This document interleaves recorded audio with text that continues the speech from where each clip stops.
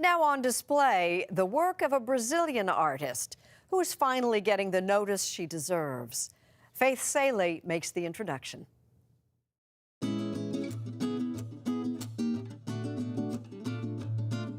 In her native country, Brazil, all you need to say is her first name, Tarsila.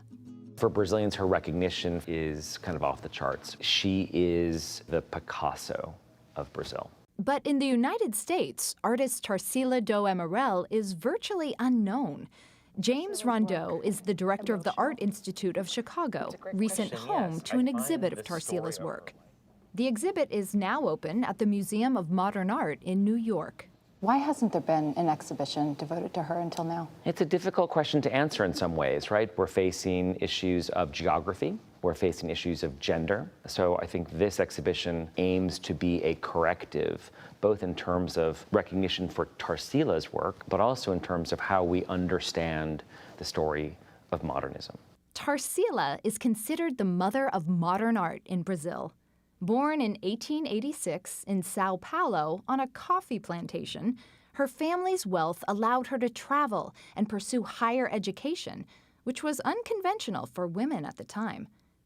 In her 30s, she moved to Paris, a single woman determined to become a modern artist. She was in Paris and absorbing, kind of current avant-garde trends, Picasso, Brancusi, Leger, others.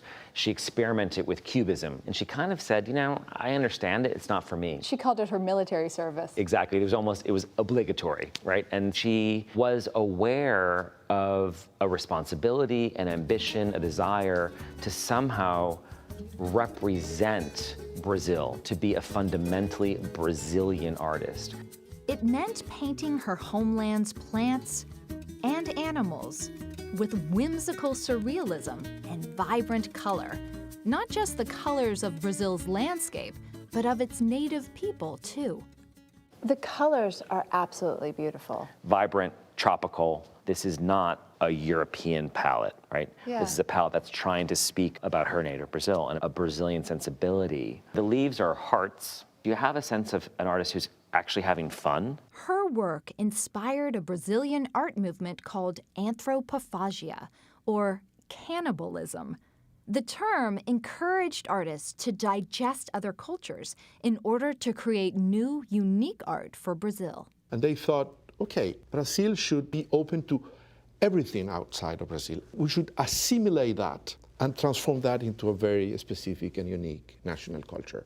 Luis Perez Oramas is a leading Latin American art historian and curator of the exhibit at MoMA. She accomplished her signature style in the 20s. A prime example of this is Tarsila's painting Aba Peru, one of her most celebrated works. The female bather. Tarsila took that on as a known and established European convention and translated it for her own purposes, for her own vision, but also related to the Brazilian landscape. That example of the bather helps me understand the cannibalism, taking something that's a trope in Western European art and turning it into something extremely Brazilian. But after her most prolific period in the 1920s, Tarsila's world changed. She lost her wealth in the Great Depression, and not long after, a military dictatorship took over Brazil.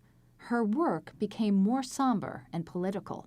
She became a committed social painter while maintaining her absolutely refined and masterful style. She did not abandon what she had assimilated from modern art. She transformed that into a new kind of subject matter. Tarsila do Amaral died in 1973 at age 86. Decades later, she's remembered for sharing the beauty of Brazil through her paintings, for an audience that continues to grow.